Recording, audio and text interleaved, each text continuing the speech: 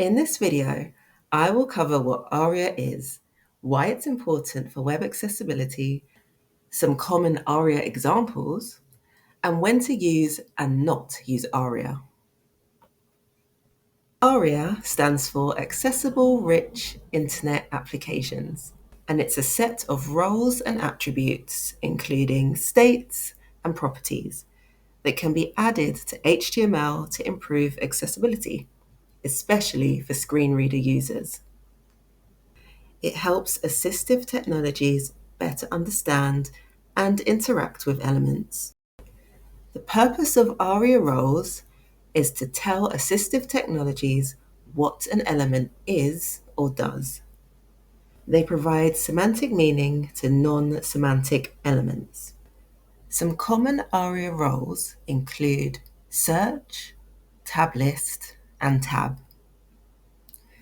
Role equals search tells assistive technologies, such as screen readers, that the element is for search. Similarly, tab list tells the assistive technologies that the element is grouping related tabs together. And role equals tab tells screen readers the element is an individual tab. ARIA attributes provide assistive technologies with extra information about element states and properties. States are dynamic changes to elements. For example, whether a button is pressed or not pressed. And properties are static information about elements, such as what the element is labeled as.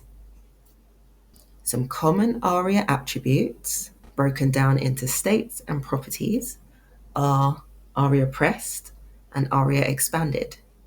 These are examples of states that dynamically change. So for example, when a toggle button is pressed, the value of ARIA pressed will be true. When it's not pressed, the value of ARIA pressed will be false.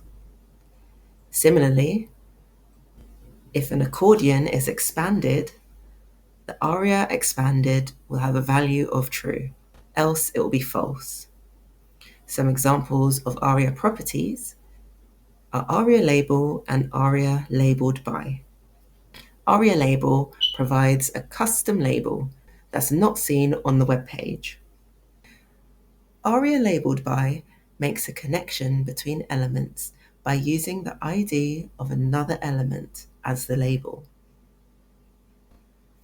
You may see some ARIA roles such as button, navigation, or banner.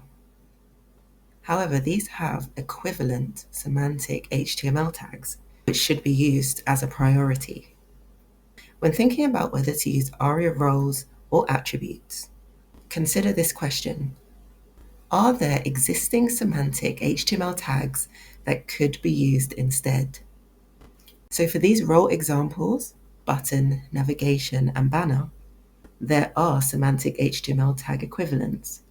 So to create a button, use the semantic tag button instead of the ARIA role button, unless you're creating custom elements.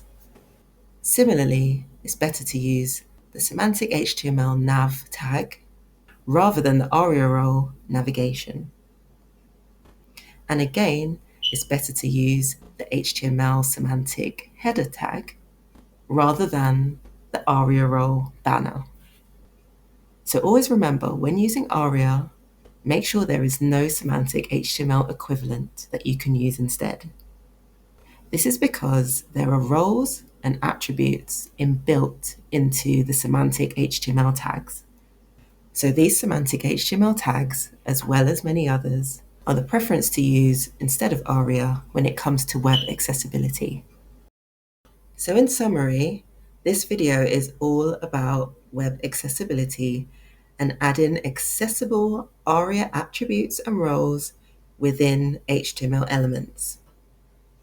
By adding these ARIA attributes and roles to custom elements, it makes website content much easier to understand for users of screen readers. Use of semantic HTML tags are recommended as the go-to for accessible HTML. and should not be replaced by ARIA roles or attributes. ARIA roles and attributes should only be used with HTML elements that are not accessible, such as divs and spans. And lastly, don't use ARIA roles on elements that already have semantic meaning. So for example, if you're using the semantic element tag button, you don't need to add the role of button as well.